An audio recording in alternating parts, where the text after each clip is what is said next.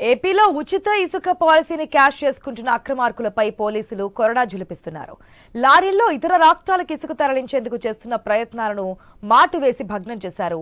ఈ ఘటన ఎన్టీఆర్ జిల్లాలో జరిగింది. చిల్లకల్లు వద్ద 6 లారీలను సీజ్ చేసి డ్రైవర్లను అదుపులోకి తీసుకున్నారు పోలీసులు. చందర్లపాడు మండలం పొక్కునూరు ఇసుక క్వారీ నుంచి లారీల్లో హైదరాబాద్ ఇసుకను తరలిస్తుండగా చిల్లకల్లు దగ్గర అడ్డుకున్నారు. పూర్తి అప్డేట్స్ మా ప్రతినిధి యాకూబ్ ద్వారా తెలుసుకుందాం. యాకూబ్, ఏపీ గవర్నమెంట్ వచ్చిన తర్వాత ఇసుక అక్రమ రవాణా కాకుండా అక్రమార్కుల్లోకి చేతుల్లోకి వెళ్లకుండా అనేక చర్యలు తీసుకుంటున్నారు.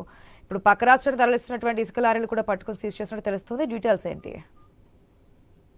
ఇసుక మీద చాలా పోలీసులు పకడ్బందీగా వ్యవహరిస్తున్నారు. చెక్ పోస్టుల వద్ద చెక్ చేస్తున్న పరిస్థితి. ఈ నేపథ్యంలో గతంలో కూడా ఒక వారం రోజుల కిందట కూడా ఈ విధంగానే 4 లారీలు అదుపులో తీసుకోవడం జరిగింది.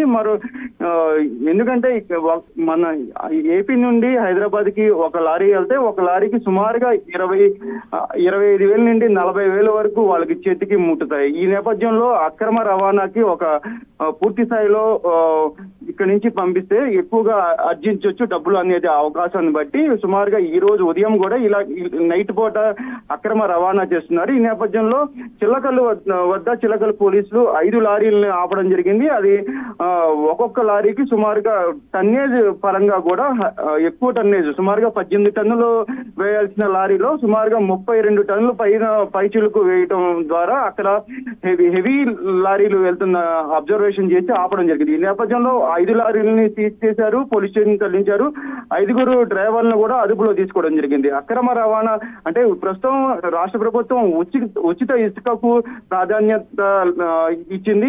ఎక్కడైనా సరే ఇసుకని ఉచితంగా ఇవ్వాలి. అదే విధంగా టన్నేజ్ పరంగా చూసుకుంటే 800 రూపాయలకే టన్నుకి వస్తున్న నేపథ్యంలో పూర్తిగా దానికి కొంతమంది హైదరాబాద్ కి తరలిస్తున్న పరిస్థితి. సుమారుగా ఇక్కడ 800 ట్రాక్టర్లతో సుమారుగా 800 వస్తుంటే ఆ ట్రాక్టర్లు అక్కడ డంప్ చేసి ఒక చోట నుండి లారీలకు లోడ్ చేసి హైదరాబాద్ తరలిస్తున్న పరిస్థితి.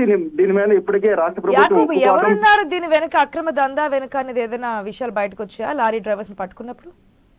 అంటే ఖచ్చితంగా గతంలో వైసీపీ వాళ్ళు ఇటువంటి చర్యలు చేపట్టారు వాళ్లే అని ఇప్పుడు ప్రస్తుతం అయితే టీడీపీ వర్గాలు అయితే చెప్తున్నాయి.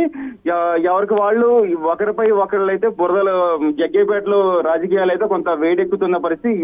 ఇసుకతో పాటు ఇబ్రహీంపట్నంలో బూడిద, ఈ 2 అయితే ఒక ఉమ్మడి ఎన్టీఆర్ జిల్లాలో అయితే కీలకంగా మారింది. ఇబ్రహీంపట్నం నుండి జగ్గేపేటకి సుమారుగా ఇసుక రీచులు 6 ఉన్నాయి. 6 రీచుల నుండి బయటికి తీసుకొచ్చి అక్రమ రవాణా చేస్తున్నారు. దీంట్లో వైసీపీ పార్టీతో పాటు టీడీపీ నుంచి కూడా కొంతమంది ఉన్నట్టుగా ఇప్పటికే సమాచారం ఉంది. గత వారం రోజుల కిందట పట్టుకున్న దాంట్లో టీడీపీకి సంబంధించిన వ్యక్తులు కూడా దాంట్లో ప్రమేయం ఉందని కూడా మనం చెప్పడం జరిగింది. ఈ క్రమంలో పూర్తిగా టీడీపీ వల్ల ఏంటి అనేది ప్రస్తుతం అయితే ఈ డ్రైవర్లను అదుపులో తీసుకున్నారు. ఈ లారీలు ఎవరు ఎక్కడి నుంచి ఎక్కడికి తోలుతున్నారు అనేది కూడా పూర్తి వివరాలు తెలియాల్సి ఉంది. ఆశ.